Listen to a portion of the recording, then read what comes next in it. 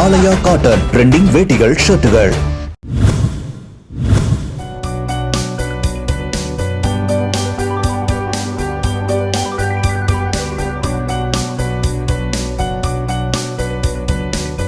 அரியலூர் சட்டமன்ற தொகுதியில் அதிமுக வேட்பாளர் தாமரை எஸ் ராஜேந்திரன் திருமானூர் ஒன்றியத்தில் தீவிர வாக்கு சேகரிப்பில் ஈடுபட்டார். வயல்வெளியில் கரும்பு வெட்டும் பணியில் ஈடுபட்டிருந்த தொழிலாளர்களை சந்தித்து ஆதரவு கோரிய அவர் அவர்களோடு சேர்ந்து கரும்பு வெட்டும் பணியில் ஈடுபட்டார்.